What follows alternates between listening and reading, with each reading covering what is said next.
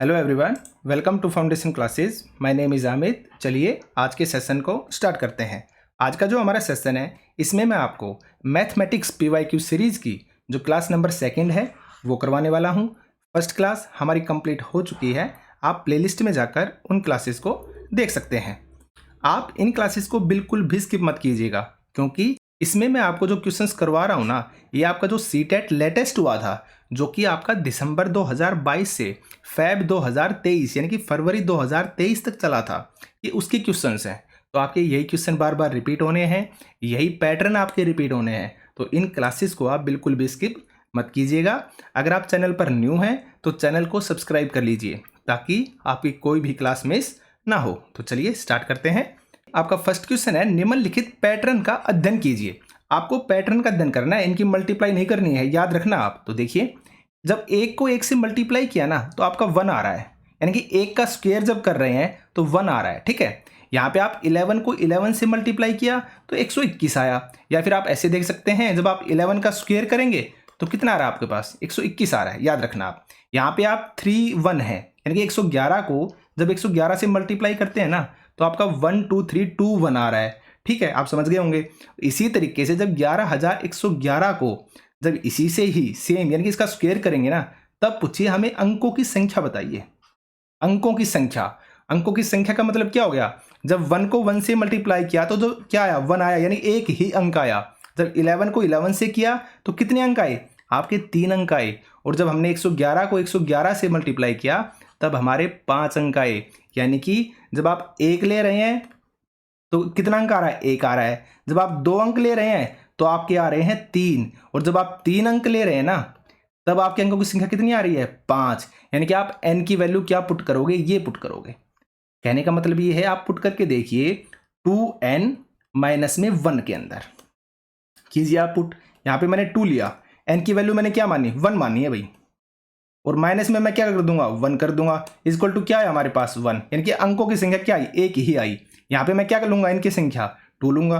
अब 2 इंटू में n की वैल्यू क्या ली हमने, 2 ली, माइनस में 1 कीजिए, क्या आएगा 3, यानी कि n की वैल्यू हमारे पास क्या आई, 3 आ गई। इसी तरह से मैं यहाँ पर n की वैल्यू क्या लूंगा, 3 लूंगा भाई।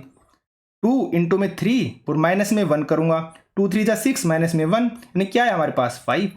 तो यानी कि n की वैल्यू क्या आ गई हमारे पास, 5 आ गई ना। इसी तरीके से यहाँ पर n की वैल्यू क्या लेंगे हम, 5। अब 2 ये हम अंदर आप 5 लीजिए और माइनस क्या करोगे आप, 1 करोगे, तो क्या आएगा हमारे पास निकल कर 9, यानी कि अंकों की संख्या क्या आएगी हमारे पास, 9। ये हो जाएगा आपका आंसर। एक तो तरीका है ये, एक दूसरा तरीका और भी है, क्योंकि हमें पैटर्न को पहचानना है। ठीक है, तो देखिए आप, जब आप 1 को 1 से मल्टीप्लाई कर रहे हैं ना तो आपका क्या आ रहा है, 1 आ रहा है। और जब आप 11 को 11 से मल्टीप्लाई कर रहे हैं, यानी कि 2 अंक हैं आपके, n की वैल्यू हमने 2 ली थी, तो आप 2 तक जाइए, 1 2 और वापस फिर 1 तक आइए, यानी कि 1, 121 हो गया। इसी तरीके से आप देखिए यहाँ पर 3 है, 1 2 एंड 3, 3 1 है ना, तो आप 3 तक जाइए। अब 1 तक गए, 2 तक गए, 3 तक गए और फिर वापस 1 तक आइए, 2 और 1, तो कितने काउंट हो गए, 5 हो गए। इसी तरीके से इसमें कितने अंक हैं, 5 अंक है, तो आप 5 तक जाएंगे, 1 2 3 4 और 5, और वापस कितने तक आएंगे, 1 तक आएंगे, यानी कि 4 3 2 और 1। अब इसको काउंट कर लीजिए, यानी कि जब आप इनकी मल्टीप्लाई करेंगे ना तो आपका आंसर ये आएगा। और इनमें अंकों की संख्या क्या आएगी, 1 2 3 4 5 6 7 8 और 9, यानी कि आंसर नंबर सी। आप कैसे भी कर सकते हैं, आपको पैटर्न को पहचानना है। ठीक है, आगे चलते हैं। एक पुस्तकालय में 5,690 पुस्तकें हैं। सोमवार के दिन विद्यार्थियों को 425 पुस्तकें पढ़ने के लिए दी गई और उसी दिन 273 नई पुस्तकें पुस्तकालय में जमा की गई।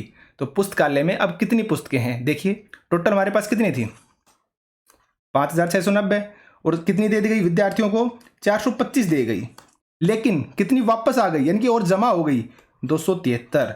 तो दोनों का डिफरेंस कितना होगा, 5 में से 3 गए 2, 12 में से 7 गए 5, और यहाँ पे 3 में से 2 गया 1, यानी कि ओवरऑल डिफरेंस जो है ना 152 का ही आएगा ना। तो अब पूछा गया है कि अब पुस्तकालय में कितनी पुस्तकें हैं। नॉर्मल सी बात है, 152 क्या कर दो आप, माइनस कर दो।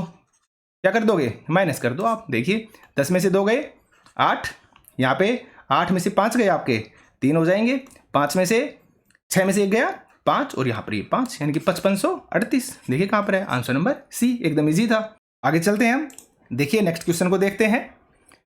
1/3 में कितने 1/12 हैं? मैंने इस क्वेश्चन को कल भी समझाया था और मैंने आपको बताया था जब भी इस टाइप के क्वेश्चंस आए ना, अगर आप समझ ना पाए तो आप सबसे छोटी संख्या मानकर कीजिए। तो मैंने कल आपको एग्जांपल दिया था, अगर मैं आपसे पूछूं 4 के अंदर कितने 2 हैं तो आप कैसे निकालोगे? 4 को आप 2 से डिवाइड कर दो तो क्या आएगा 2। तो यानी कि 4 के अंदर कितने हैं? 2 हैं। आप लिखकर देखिए 4 के कैसे लिखेंगे आप? 2 इंटू में 2, तो 2 हो गए ना, यानी कि 2 की वैल्यू कितनी है? 2 है, यानी कि 2 कितनी बार आ रहा है? 2 बार आ रहा है। तो इसी तरीके से यहाँ पर मैं क्या पूछा है, 1/3 में कितने 1/12 हैं? तो क्या करोगे आप? 1/3 को डिवाइड कर दीजिए 1/12 से, आपको पता चल जाएगा 1/3 में कितने 1/12 हैं। तो इसको सोल्व कीजिए। 1/3 ये साइन किस में कन्वर्ट हो जाएगा? मल्टीप्लाई में। तो मल्टीप्लाई में अगर कन्वर्ट करते हैं तो ये बदल जाएगा आपका, ये क्या हो जाएगा? 12/1 कट कर दीजिए, 3 चौक 12 यानी कि 4। आंसर क्या होगा? आंसर नंबर बी, एकदम इजी था। आगे चलिए, एक संख्या 80 के आधे से अधिक है, यह 4 ढाई से अधिक और 6 ढाई से कम है, इसके अंकों का योगफल 6 है, इसका ढाई का अंक इकाई के अंक का 2 गुना है, तो यह संख्या कौन सी है? जब भी आपके पास इस टाइप के क्वेश्चंस आए ना, आप हमेशा ऑप्शन के थ्रू चलना, आपके लिए एकदम ही इजी पड़ेगा और आसानी से आप कर भी पाएंगे। तो देखिए अब आप कंडीशन को समझिए। आपके पास फर्स्ट कंडीशन है एक संख्या 80 के आधे से अधिक है। फर्स्ट कंडीशन है 80 के हाफ से अधिक होनी चाहिए, यानी कि 40 से क्या हो? अधिक हो। अब देखिए आप सभी 40 से अधिक है, ठीक है भाई। आगे देखिए, यह 4 ढाई से अधिक और 6 ढाई से कम है, यानी कंडीशन क्या है? 4 ढाई यानी कि 40 से क्या है? अधिक है, और 6 ढाई से कम यानी कि 60 से क्या है? कम है। ठीक है, समझ गए होंगे आप। 40 से तो अधिक है और 60 से क्या है? कम है, यानी कि 40 भी इंक्लूड नहीं है और 60 भी इंक्लूड नहीं है, इनके बीच में है।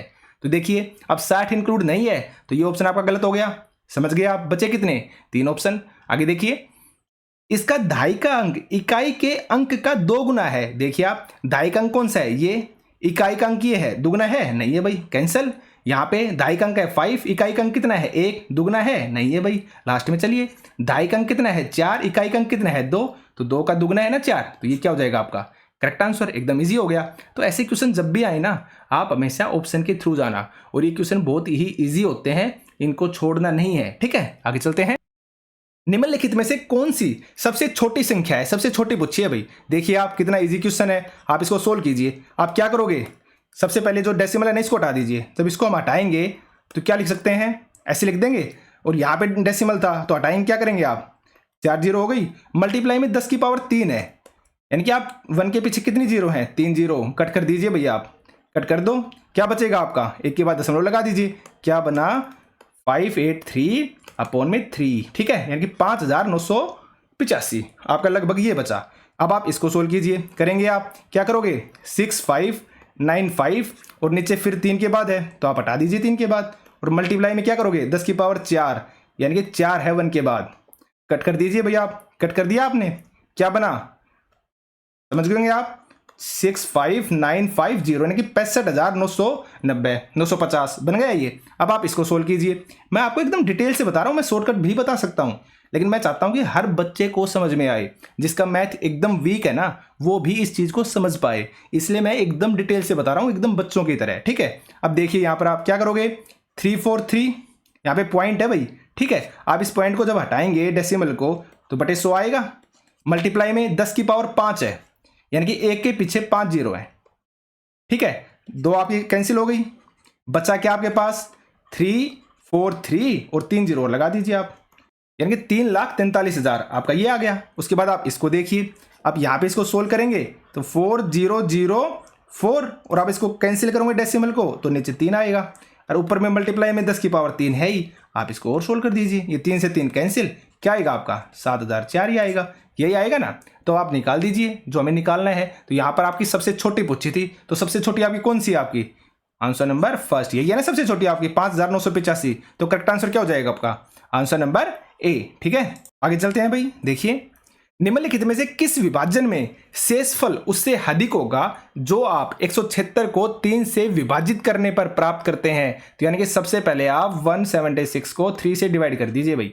3 5 15, बचे कितने 2, और फिर 6 आपने उतार लिया, 3 8 24, यानी कि आपका शेषफल कितना आया है 2। अब जो आपका जो शेषफल आएगा ना वो कितना होना चाहिए, 2 से अधिक होना चाहिए। यही चीज इसके अंदर पूछी गई है। अब आप 5 से जब डिवाइड करेंगे तो कीजिए आप 5 या 15, 2 5 चौक 20, कितने बच रहे हैं आपके 3। आंसर, यही आपका आंसर हो जाएगा भाई। आप डिवाइड तो आराम से कर सकते हैं ना, बाकी सभी को करेंगे ना तो आपका कम ही आना है। तो लेकिन जब आप 173 को 5 से डिवाइड करते हैं तो करिए आप 5 या 15, ठीक है, बचा कितना 2 3, और 5 चौक क्या हो जाएगा आपका 20, कितना बचा 3। तो यही आपसे पूछा गया था। अगर 2 से अधिक आना चाहिए तो आंसर नंबर 1 क्या हो जाएगा आपका आंसर। आगे चलते हैं।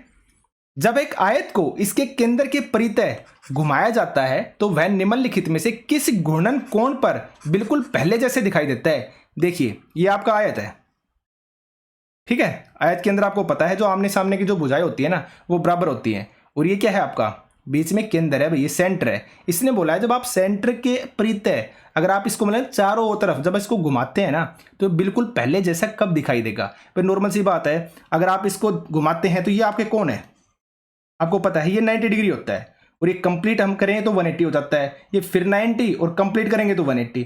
तो इनमें से पूछा गया है कि निम्नलिखित में से कौन सा कोण ऐसा है जिस पर ये पहले जैसा ही होगा। तो अगर मैं इसको 90 डिग्री घुमाता हूं तो ये कुछ इस तरीके से बन जाएगा, है ना। तो पहले जैसा तो नहीं है, ये आपका ओरिजिनल है, पहले जैसा तो नहीं है, लेकिन फिर मैं इसको एक बार और ऐसे घुमा देता हूं ना तो ये फिर से क्या हो जाएगा आपका पहले जैसा ही हो जाएगा। तो यानी कि कितना घुमाया आपने, एक बार 90 डिग्री घुमाया तो ये ऐसा बना, और फिर 90 डिग्री घुमा दिया तो ये आपका ओरिजिनल जैसा ही बन गया। यानी कि 90 प्लस में 90 यानी कि 180 डिग्री। जब आप इसको 180 डिग्री घुमाएंगे ना तब ये एग्जैक्ट पहले जैसे दिखेगा। तो करेक्ट आंसर क्या हो जाएगा आपका आंसर नंबर सी। आगे चलते हैं।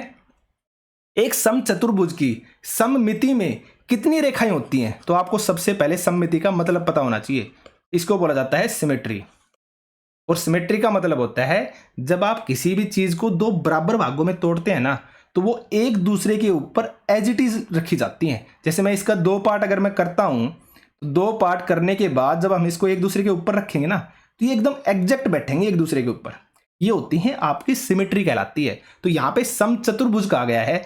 अब देखिए मैंने समचतुर्भुज ली है, अब मैं ये समचतुर्भुज ले ली, मैंने थोड़ी सी तिरछी ली है भाई मैंने ये, ठीक है। यानी कि इसमें भी क्या है चारों भुजाएं आपकी सेम है। समचतुर्भुज के अंदर क्या कंडीशन होती है जिसमें आपकी चारों भुजाएं एकदम एग्जैक्ट सेम होती हैं, बराबर होती हैं, वो होती है आपकी समचतुर्भुज। अब देखिए अगर मैं इसमें से बीच में से एग्जैक्ट कट करता हूं ना, यानी कि ये आपका एकदम बीच है, आप ये मानिए इसमें से मैं एग्जैक्ट कट कर दिया तो क्या ये एक दूसरे के ऊपर रखने पर बराबर बैठेंगी। आप समझ गए होंगे नहीं बैठेंगी, ठीक है, ये नहीं बैठ सकती कभी भी। लेकिन अगर मैं इसी समचतुर्भुज को विकिरण के रूप में अगर कट करता हूं, जैसे मैंने इसको यहां से कट कर दिया, तो आप समझ गए होंगे ये एकदम एग्जैक्ट फिट बैठेंगे। और इसी तरीके से मैं इसी सेम चतुर्भुज को अगर सेम इसी तरीके से काटता हूं इस विकिरण से तो भी क्या होंगी ये एकदम एग्जैक्ट बैठेंगी। यानी कि इस विकिरण में भी एग्जैक्ट बैठती हैं और इसमें भी एग्जैक्ट बैठती हैं। ये सिर्फ 2 ही ऐसे विकिरण हैं जिनमें कट करने पर ये एग्जैक्ट एक दूसरे के ऊपर सेम बैठेंगी।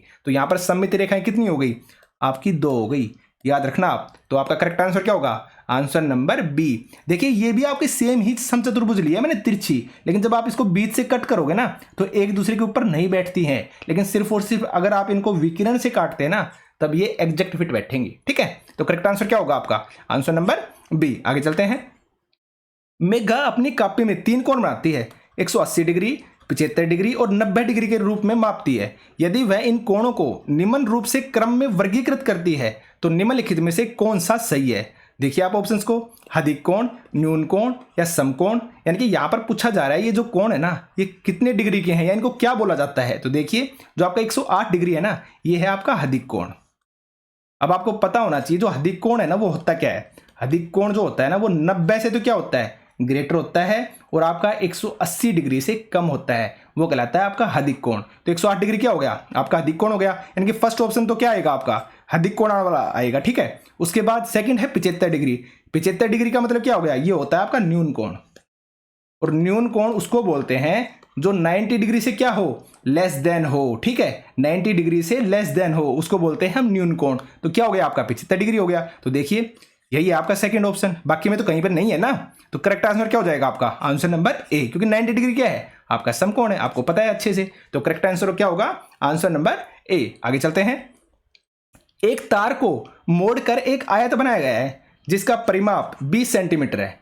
उसी तार को फिर से मोड़कर एक वर्ग बनाया गया, तो इस वर्ग का क्षेत्रफल कितना होगा। देखिए ये आपके पास, ये मानिए एक खेत है या एक वर्ग है, एक स्क्वायर है, और इसके चारों तरफ क्या है, ये इसका परिमाप है। यानी कि आप इस पॉइंट से चलना स्टार्ट करते हो, वापस से घूम के इसी पॉइंट पर आप आ जाते हो, तो ये क्या है, इसका परिमाप है। अब ये आयत है, ठीक है, आयत का भी ये क्या है, परिमाप। यानी कि आप यहां से चलना स्टार्ट किया, यहां से घूम के आते हुए और आप यहीं पर वापस आ गए, ये भी क्या है, आपका परिमाप है, आयत का परिमाप। अब यहां पर क्या बोला गया है, एक तार को मोड़कर एक आयत से क्या बना दिया, एक वर्ग बना दिया। यानी कि दोनों का जो परिमाप है ना वो तो सेम ही है ना भाई। जो वायर है, वायर तो ना तो घटी है और ना ही वायर को बढ़ाया गया है। यानी कि जो वायर की जो लेंथ है ना, जो तार की लेंथ है ना, वो तो एग्जैक्ट सेम ही है।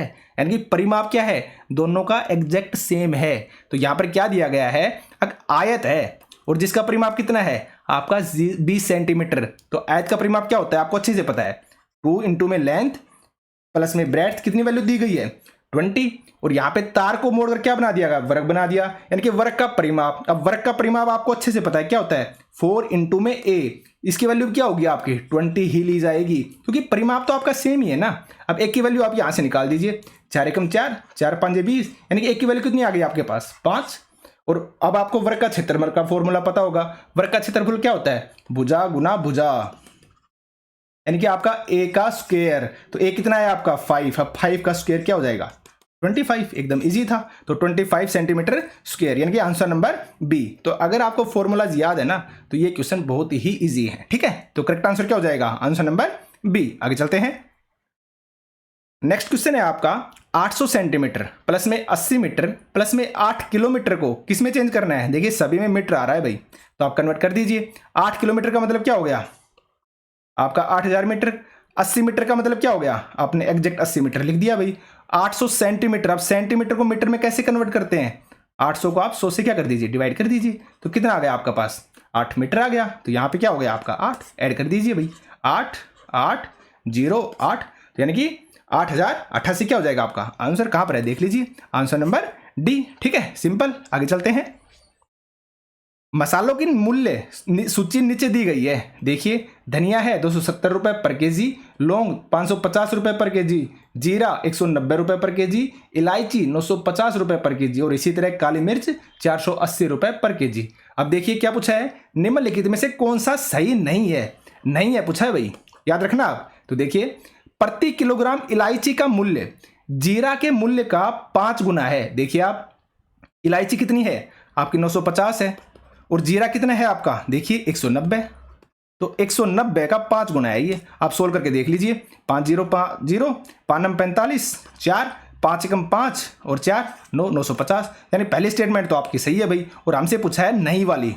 आगे देखिए प्रति किलोग्राम धनिया का मूल्य लौंग के मूल्य का लगभग आधा है। तो यहां पर आप देखिए धनिया का मूल्य कितना है आपका 270 है, और लौंग का कितना है आपका 550 है, तो लौंग के मूल्य का आधा बताया गया है। तो जब आप 550 का हाफ करते हैं तो कितना आएगा आपके पास, 2 दूनी 4, 2 7 14 और 2 5 10, यानी कि लगभग 275 आता है आपका। तो यहां पर देखिए 270 है, यानी कि लगभग तो कंप्लीट हो गया ना आपका। तो ये भी स्टेटमेंट क्या है आपकी सही है। आगे देखिए प्रति किलोग्राम लौंग का मूल्य जीरा के मूल्य का ठीक 3 गुना है। तो लौंग का मूल्य कितना है 550 है भाई, और बोला क्या गया है जीरा के मूल्य का 3 गुना, जीरा कितना है 190, तो 190 के जब आप 3 गुना करते हैं तो कितना आएगा 3 0 0 3 9 27 2 3 एकम 3 और 2 5 570, लेकिन यहां पर है कितना 550, तो यानी कि क्या हो गया भाई 20 कम है। तो ये तो एग्जैक्ट बोला है यहाँ पे ठीक 3 गुना, तो ठीक 3 गुना तो नहीं हुआ ना। अगर लगभग बोलता ना तो आपका सही होता, लेकिन इसने एग्जैक्ट बोल दिया ठीक 3 गुना है। तो क्या हो जाएगा आपका correct answer, answer number C, क्योंकि आपसे नहीं ही पूछा था। और आगे देख लीजिए प्रति किलोग्राम लौंग काली मिर्च से केवल 70 रुपए महंगी है। तो काली मिर्च कितनी है आपकी 480 है, और लौंग कितनी है आपकी 550। तो नॉर्मल सी बात है, लौंग कितनी ज्यादा है 70 ही ज्यादा है, तो ये तो सही है आपका, लेकिन आपसे नहीं पूछा था। तो करेक्ट आंसर क्या होगा, आंसर नंबर सी। आगे चलते हैं। देखिए आप निम्नलिखित तालिका का अवलोकन कीजिए। अब यहाँ पर दी गई है, ये तो स्टेशन का नाम है, प्रस्थान यानी कि जहाँ से चलना स्टार्ट होती है, और आगे है आगमन यानी कि जहाँ पर वो पहुँचती है। तो देखिए रेलगाड़ी 1 है, ये 17:42 यानी कि शाम के 5:42 पर चली और 3:32 यानी कि सुबह 3:32 पर पहुँच गई।